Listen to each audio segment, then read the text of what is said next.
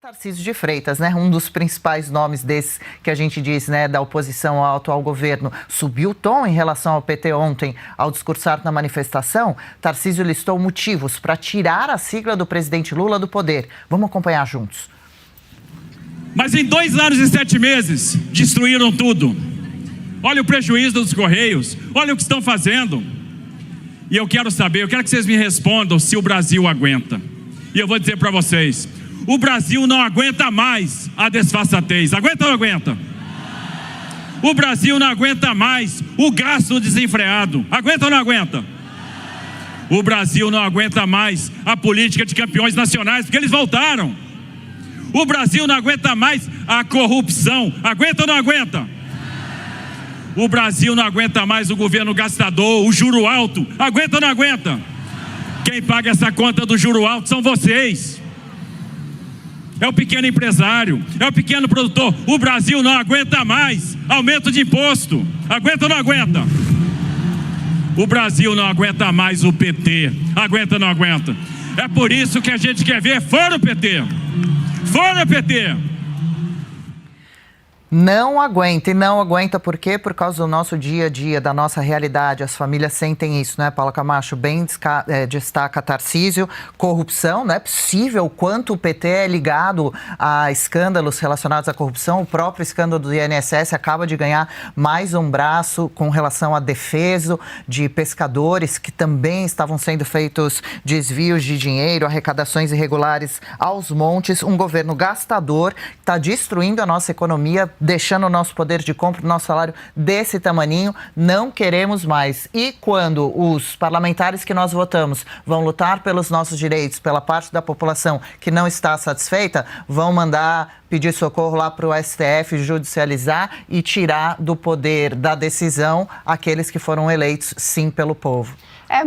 Me impressiona a lealdade que o governador Tarcísio tem pelo Bolsonaro, né?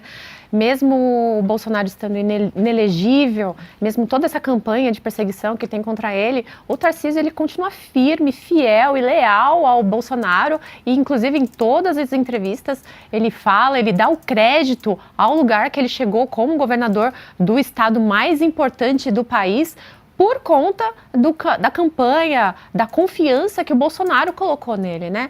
Ao mesmo tempo, o Tarcísio ele tem algumas figuras ali que fazem parte do seu governo que são consideradas o centrão, né?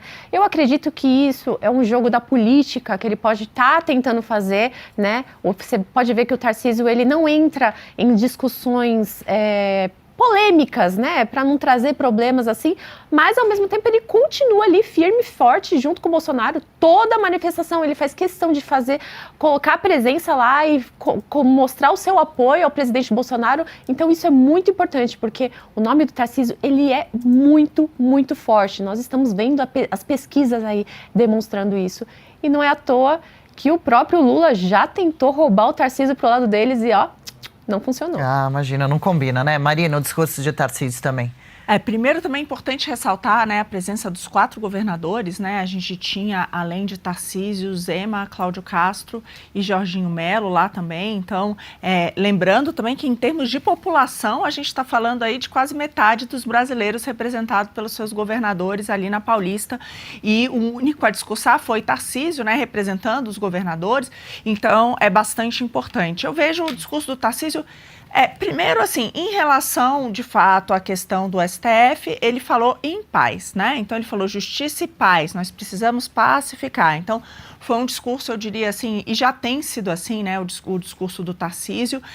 O foco ali não é o judiciário, o foco é, de fato, uma crítica ao governo Lula e ao executivo. E aí foi, talvez, a crítica mais árdua, né, comparando o tempo inteiro o governo Bolsonaro com o governo Lula, mostrando a diferença de gestão entre os dois, mostrando que o brasileiro está nessa situação terrível em relação à economia por conta do desgoverno Lula, e mostrando, por outro lado, tudo que foi feito no governo de Bolsonaro. Então ele traz ali, fala das estatais, fala da questão toda do que eles conseguiram fazer de enfrentamento da pandemia na época do Fique em Casa, né, de preservação de empregos, de ajuda aos empreendedores. Então ele traz ali o PIX, né, dado por dado.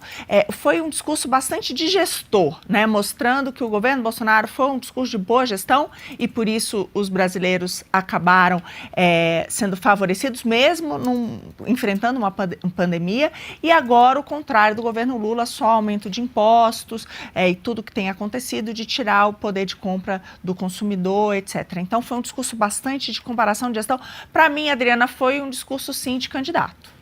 Eu sei que o Tarcísio sempre diz que não vai continuar aqui no governo de São Paulo e que sempre faz essa deferência a Bolsonaro, que todos têm que fazer mesmo, porque qualquer um que for candidato vai ter que ser com a bênção de Jair Bolsonaro, mas para mim, em termos de todos os discursos ali, foi o discurso mais voltado já para a eleição, para o executivo, importante isso, né? Eu vejo o Jair Bolsonaro foi um discurso bem focado no legislativo, enquanto que para Tarcísio eu acho que foi bastante frisando que o governo Lula não pode continuar. Então foi um discurso bem, combativo em relação a isso, o que já me parece um discurso de candidato, já olhando 25. Que pode realmente ser, né? Que o chat bastante dividido com relação à figura de Tarcísio. Muitos acham que Tarcísio é centrão, que tem que continuar acreditando que Bolsonaro vai se tornar elegível, que ainda não é hora de vê-lo como candidato, mas a corrida para 2026 sim já começou, e isso que a Marina destaca dos governadores presentes na manifestação é sempre muito bom e importante, que a gente vai já entendendo os alinhamentos políticos. Então, legal, gostou desse corte? Estamos ao vivo de segunda a sexta-feira, das 10 ao meio-dia, no YouTube da Revista Oeste. Eu, Marina Helena, Adriana Reide e Paula Camacho analisamos as principais notícias do dia. E siga as nossas redes sociais, @oestecom.elas.